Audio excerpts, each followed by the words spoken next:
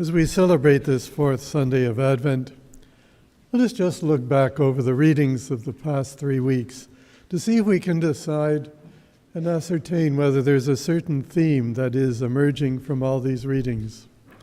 In the first Sunday, God promised that the hill of Zion, that is the hill in which Jerusalem was built, would become the highest of all the mountains. Well, it isn't very high as it is, but it's a promise of something. It's a vision of greatness that God wants to give to his people and to the city of Jerusalem. Then on the second Sunday, we were offered a stump, the stump of Jesse. I think we've all seen stumps, and there's nothing deader than a stump. But yet God promised that this stump would come to life. Suddenly branches would start to grow from it. And it was a reminder that the house of David shall continue. And even when things look bleak, God will be there. Last week, we were offered the desert in the wilderness, a dry place where there's no life. But yet suddenly God said, life will abound, and water will flow, and trees and plants will start to grow, a sign of the new life that God wants to give to us. God is quite capable of the impossible. And all of that helps us to understand today's readings, because virgins do not conceive, and virgins do not bear a child. And yet it's another impossible task that God has commanded happen. All of this is a sign to us of our salvation, a sign to us of the great love that God has for all his people, and the promise that he's giving to us. It's a sign that we too are called to be people of God. But above all, as we approach the Christmas season, to let Christ be born into our hearts over and over again. And so we are invited to ask for a sign. Let us look at Ahaz. God promised him a sign of something that is true, that what is going to happen is of God. I often wonder, do we ask for signs? Have we tried to discern God's will for us as well? Yes, we can talk about our job vocation, whether we are carpenters or whether we are in offices, but I'd like us to think it broader. What about our general vocation? Are we, like Joseph, called to discern what has happened? Joseph's a good sign to all of us that sometimes God can disrupt our life. Yes, we have plans of things that we want to do, but maybe God has a different plan. Maybe that's why the sign that God wants to give to Ahaz is something that he wants to give to us as well. Do we ask and pray for that sign? God, what is it that you want me to do in my life? Yes, there's the general vocations of married life. Most people think, well, that's the easiest, I guess, so let's go that way. They haven't been married yet, have they?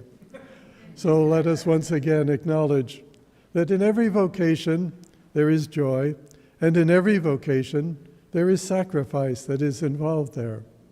Some are called to a single life. And people might say, well, is that just left over if I don't fit any other category? No, that's a definite vocation. And what's the essence of that vocation? Time that they might normally spend raising a family, they're able to devote to society, to the church, to volunteerism, a great need in our community, and a great service of one taking after Christ. And then, of course, there is the vocations of religion, of church, whether it is as religious sisters, brothers, deacons, or priests as well. A lot of people think, well, the priesthood, that's kind of hard, isn't it? But it's no harder than raising a family. God gives a special grace to those whom he calls. And like marriage, there's sacrifice, but there's tremendous joy as well. And so we need to pray, especially young people, asking God for that sign of what is it that generally you want me to do in my life. Perhaps like Ahaz, we may put it aside. You know, of all the priests that I've known, not one of us has the same story. For myself, I was kind of thinking about architecture. until I got into the last years of high school and realized I didn't like math, and math didn't like me, and I was no good at physics and geometry and all those things. I had to change my idea. I've known some priests who knew from the moment that they made their first communion, they wanted to be a priest. I've known others who went to the seminary almost testing God and saying, I'll go to the seminary and that'll show that I'm not called to be a priest. But they were surprised. Some of them are priests. And then there are those who only hear a little inkling of a call, but they go on to some vocation, some other job, and it's only later in life. You'd be surprised the number of priests in our diocese that what I call second vocations.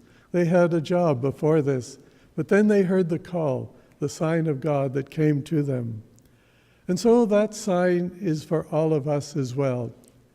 Now, many of you might be saying, I'm comfortable, I'm married, I've got my life, I'm a widow, I'm a widower.